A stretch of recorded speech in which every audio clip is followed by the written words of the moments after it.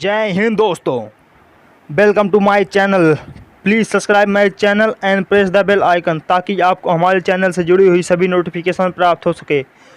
इस वीडियो में हम एयरफोर्स नेवी कोस्ट गार्ड से जुड़ी हुई टॉप 200 फिजिक्स एमसीक्यू ला रहे हैं, जो कि air force navy coast guard exam के लिए बहुत इम्पॉर्टेंट है। तो चलिए हम अपना वीडियो स्टार्ट करते हैं। तो हमारा पहला question, the dimension of which of the following is same as the that of impulse. निम्नलिखित में से किसका आयाम आवेग के समान है। जैसा कि हम सब जानते हैं, आवेग I equal to F into T. Force का unit kilogram metre per second square. Time का सेकेंड से सेकेंड स्क्वायर कैंसिल, तो इसका हो जाएगा kilogram metre per second. Kilogram mass का यूनिट होता है और मीटर पर सेकेंड वेलोसिटी होता है। तो मास इंटू वेलोसिटी, हम जानते हैं मास इंटू वेलोसिटी होता है linear momentum. Thus friends, correct answer is momentum dimension of impulse is as the dimension of momentum. So friend, question number second पे हम आते हैं। प्लांक कांस्टेंट है the dimension of. Planck constant का बीमा होता है कि फ्रेंड्स हम सब जानते हैं कि energy is equal to h nu, then h here h is the Planck constant, h is equal to E into nu. E energy का यूनिट जूल, और सॉरी फ्रेंड्स, यहाँ ई इंटू वी नहीं बल्कि ई डिवाइडेड बाई बी होगा। 1/b का unit second, तो इसका unit हो जाएगा जूल सेकेंड। ये प्लांक कांस्टेंट का ये Planck constant joule into second. जैसे कि फ्रेंड हम सब जानते हैं जूल वर्क का यूनिट होता है और second T, W into T. और तो फ्रेंड हम अपने ऑप्शन पे जाते हैं। Energy option number 1। एनर्जी तो नहीं होगा कभी भी। Linear momentum P is equal to m v kilogram metre per second, भी नहीं होगा। Angular momentum friends, angular momentum is equal to P into r, that is m v mass kilogram metre per second into r का unit metre होगा। तो friends, angular momentum को हो गया kilogram metre per second into metre. तो friend, इसमें हम second से ऊपर नीचे मल्टीप्लाई कर देंगे, तो हो जाएगा kilogram metre per second square into metre second. Kilogram metre per second square, kilogram metre per second square into S into T.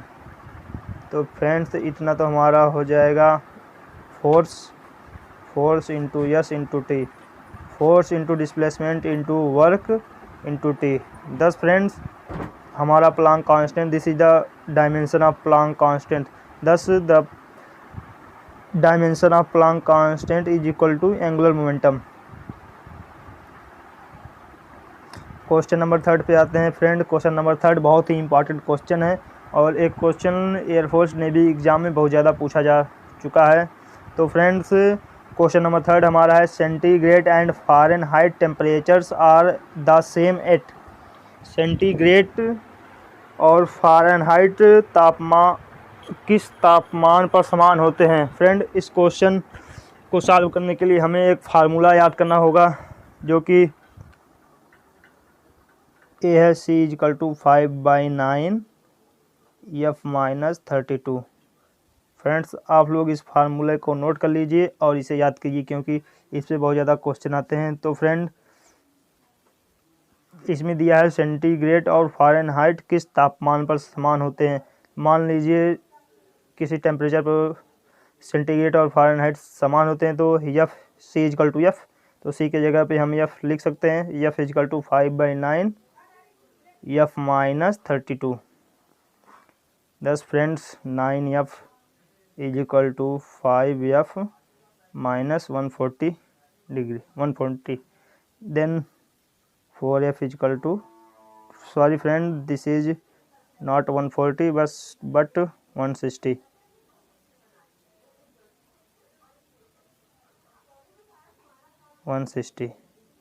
Friends 4 F is equal to minus 160 then F is equal to minus 40 degree.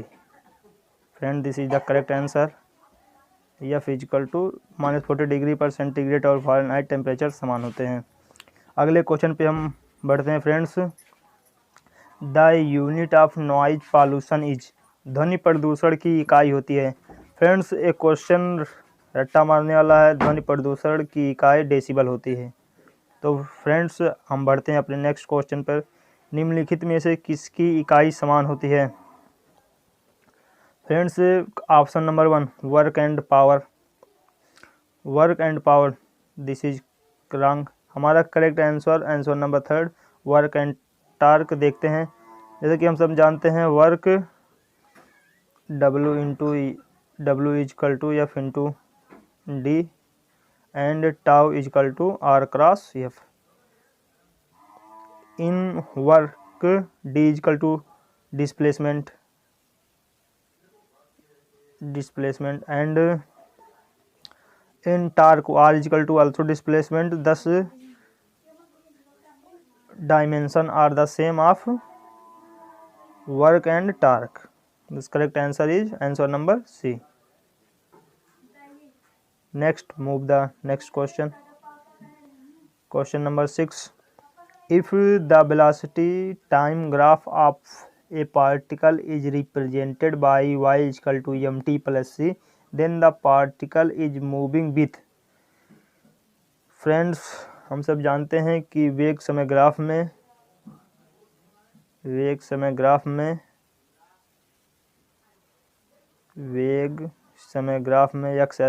X axis को time और Y axis को velocity कहते हैं।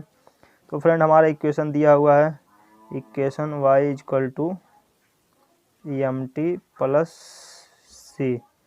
Then तो हम इसका differentiate करेंगे, तो एक्सीलरेशन जैसे कि हम सब जानते हैं acceleration is equal to d y by acceleration a is equal to d y by d t. तो फ्रेंड हम वाई का डिफ्रेंशिएशन करेंगे तो एक्सीलरेशन होगा यम। तो फ्रेंड्स हम देख पा रहे हैं कि ये constant acceleration is constant, thus body is moving with constant acceleration, एक समान त्वरण के साथ। Correct answer is C. और friends next move the next question. The motion of the wheel of a bull cart while moving on the road is an example of. Friend इसको हम इस प्रकार समझते हैं, मान लीजिए रोड है, इस पे एक पहिया बुल कार्ट बैलगाड़ी का पहिया है। तो बैलगाड़ी का पहिया जब चलता है तो वो अपने अक्ष पर भी घूमता है और साथ ही साथ वो आगे भी बढ़ता रहता है इस प्रकार। तो फ्रेंड इस प्रकार बैलगाड़ी अपना चक्कर करता है। इसमें हम देख पा रहे हैं कि बैलगाड़ी एक साथ रोटेशन मोशन और साथ ही साथ ट्रांसलेटरी मोशन भी करता है। 10 फ्रेंड्स स्थानांतरी और घूर्णी गति दोनों प्रकार की गति बैलगाड़ी के पहिए में होती है। और फ्रेंड हम इसके अलावा ऑप्शन में जो दिए गए हैं और सभी गति के बारे में जान लेते हैं। घूर्णी गति जब कोई एक पार्टिकल एक निश्चित डिस्टेंस से एक निश्चित एक्सिस के चारों तरफ घूमता है तो उसकी गति घूर्णी गति कहलाती है, और जब कोई पार्टिकल एक सीधी रेखा में चलता है तो उसकी गति स्थानांतरी गति कहलाती है। फ्रेंड्स बढ़ते हैं नेक्स्ट क्वेश्चन पे। An object covers distance which is directly proportional to the square of the time its acceleration is। एक वस्तु इतनी दूरी तय करती है जो सीधे समय के वर्ग के समानुपातिक हो, इसका त्वरण है। तो फ्रेंड्स हम लोग क्वेश्चन देखते हैं। क्वेश्चन दिया है एक वस्तु इतनी दूरी तय करती है x की उस जो सीधे समय के वर्ग के समानुपाती है, x is directly proportional to t। तो अब जब हम प्रोपोर्शनल हटाएंगे तो x is equal to k t square.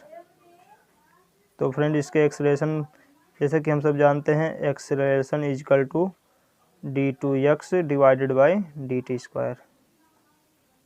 Square. तो फ्रेंड्स एक्सेलरेशन निकालने के लिए पहले हमको वेलोसिटी निकालना पड़ेगा। Velocity is equal to dx divided by dt is equal to 2kt।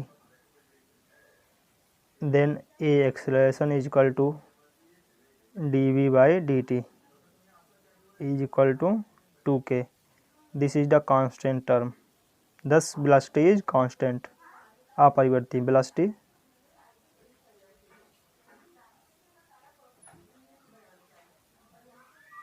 Velocity constant velocity से मूव करेगा। और फ्रेंड बढ़ते हैं नेक्स्ट क्वेश्चन पे। निम्नलिखित में से क्या अदिश राशि है? फ्रेंड्स हम लोग ऑप्शन के हिसाब से चेक करेंगे। जैसे कि हम सब जानते हैं एक्स वेलोसिटी में एक निश्चित दिशा होता है, तो ये सदिश राशि है। फोर्स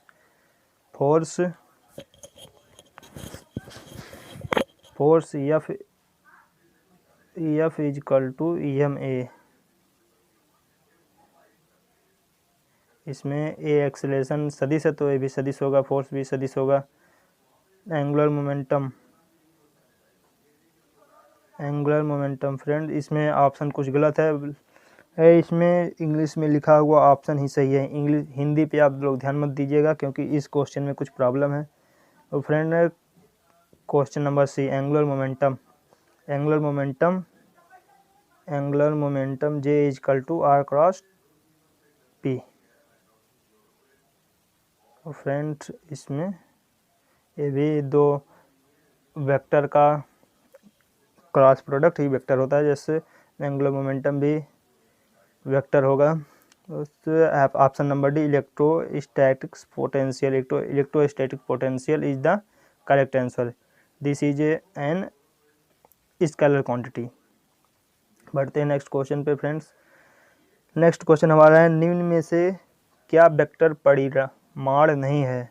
इसमें बताना है कौन सा वेक्टर नहीं है, मतलब कौन सा अदिश है। तो फ्रेंड्स हमारा स्पीड हमारा अदिश राशि है, क्योंकि स्पीड में केवल माप होता है, इसकी कोई दिशा नहीं होती है। और आगे देख लेते हैं हमारा velocity is scalar quantity, torque is also scalar quantity, displacement is also scalar quantity. बढ़ते हैं नेक्स्ट क्वेश्चन पे। Question number 11, an object with a constant speed, एक समान गति वाला पिंड। Friend an object with a constant speed, friends कोई object है एक समान गति से चल रहा है। तो ऑप्शन पे देखते हैं, इज नॉट एक्सीलरेटेड त्वरित नहीं होता, मे बी एक्सीलरेटेड। फ्रेंड्स जब कोई पिंड कांस्टेंट स्पीड से चल रहा है तो उसमें एक्सेलरेशन नहीं हो सकता। मे बी मतलब option number B is also correct, incorrect, wrong. Is always accelerated, हमेशा त्वरित होता है। Friends option number C is also wrong. Also have a constant velocity, no friends. जैसा कि आप सब जानते हैं वेलोसिटी दिशा परिवर्तन से भी वेलोसिटी में परिवर्तन हो जाता है। मान लीजिए कोई पिंड कांस्टेंट एक्सेलरेशन से कांस्टेंट स्पीड से चल रहा है, लेकिन उसकी दिशा बदल रही है तो उसका वेग भी बदलता रहेगा, उसका वेग एक समान नहीं होगा। दस correct answer is option number A, is not accelerated, त्वरित नहीं होता। बढ़ते हैं नेक्स्ट क्वेश्चन पे। Newton first law of motion gives the concept of, Newton का पहला नियम संकल्पना देता है। क्योंकि फ्रेंड्स हम सब जानते हैं न्यूटन का first law, every body if an body is at rest और if an body is moving then it is not change his position of rest और moving without applying any force. This is also named as law of inertia. Thus, Newton first law gives the concept of inertia, जड़त्व का। बढ़ते हैं next question पे। A person is hurt on kicking a stone due to, पत्थर को ठोकर मारने से व्यक्ति को चोट लगने का कारण है। फ्रेंड्स, इसका कारण इनर्शिया है। इनर्शिया फ्रेंड इसको हम समझते हैं जैसे कि स्टोन है, जब इसको कोई व्यक्ति पैर से ठोकर मारता है तो ये इंसान को, व्यक्ति को चोट की एहसास होता है। ये ऐसा इसलिए होता है क्योंकि वो पत्थर अपना स्थान परिवर्तन करने का विरोध करता है और जहाँ रहता है वहीं पड़ा रहना चाहता है, इसीलिए उस व्यक्ति को चोट का महसूस होता है। बढ़ते हैं नेक्स्ट क्वेश्चन पे। क्वेश्चन नंबर 14, रॉकेट की गति पर निम्नलिखित में से कौन सा संरक्षण सिद्धांत लागू होता है? Friends, this is most important question and this is also repeated in Indian navy, air force and coast guard exams. Friend, इसको हम इस प्रकार समझते हैं जैसे कि कोई, पहले हम इसका करेक्ट आंसर बता दे रहे हैं आप सभी को। इसका करेक्ट आंसर है answer number C, conservation of momentum, संवेग संरक्षण के नियम से। इसको हम समझते हैं जैसे कि रॉकेट है तो रॉकेट में ईंधन भरा हुआ है और जब हम इसका, मान लो ईंधन, पहले इसका mass m and velocity v, तो p1 equal to mv and then when it is launched then its mass is decreases and velocity is increases. After launching this mass is increasing, then let mass is equal to m2, velocity is v2, then p is equal to p2. Thus its mass is less than mass of first position. Thus, according to principle of conservation of momentum, p2 is equal to p1, then m2 v2 is equal to m1 v1. Friends, जब इसका m2 का मास m1 की अपेक्षा कम है तो और इसको बराबर होने के लिए v2 velocity of second position is greater than velocity of first position. This is the concept of rocket. फिर बढ़ते हैं हम नेक्स्ट क्वेश्चन पे। A bullet of mass m and velocity a is fired into a large block of wood of a mass m. The final velocity of the mass of the system is, द्रव्यमान m और वेग a की एक गोली द्रव्यमान m के लकड़ी के बड़े ब्लॉक में दागी जाती है, सिस्टम का अंतिम वेग क्या होगा? तो फ्रेंड्स, इसको हम सॉल्व करते हैं। मान लीजिए ये बड़ा ब्लॉक है और एक गोली m मास की एक गोली, इसका वेलोसिटी a। जब ये दागी जाती, ये जो बड़ा पार्टिकल है इसका मास दिया है m। व्हेन इट गोली दागी जाती है तो प्रारंभ में इसका momentum m into a plus m into 0, क्योंकि प्रारंभ में large particle is on at the rest, then its velocity is 0 is equal to linear momentum at after collision. Thus friends, after collision गोली इसमें अटैच हो जाती है तो इसका mass m plus m, let इसका वेलोसिटी v है into v। Thus friends, इसको सॉल्व कर लेंगे हम। m a is equal to m plus m into v। दस friend, velocity of system is equal to v is equal to m upon m plus m into a। This is the correct answer. दस friend, ये हमारा part 1 था और इसी प्रकार इसी प्रकार आपको 200 क्वेश्चन हम कुछ पार्ट में प्रोवाइड कराएंगे और आप हमारे चैनल से जुड़े रहिए और साथ ही साथ आप बेल आइकन को दबाइए ताकि आपको एयरफोर्स, नेवी, कोस्ट गार्ड की प्रिपरेशन अच्छे से हो सके और हमारे चैनल पे आपको भरपूर कंटेंट मिल जाएगा। बस फ्रेंड्स,